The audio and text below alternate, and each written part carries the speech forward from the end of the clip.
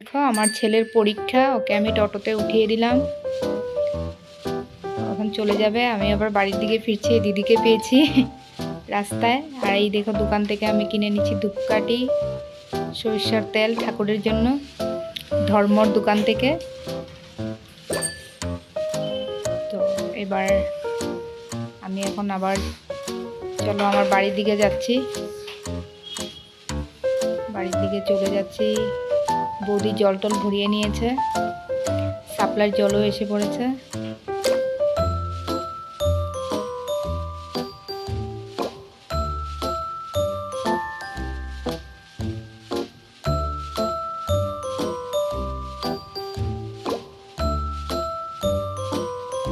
চা করে নিয়েছো বৌদি?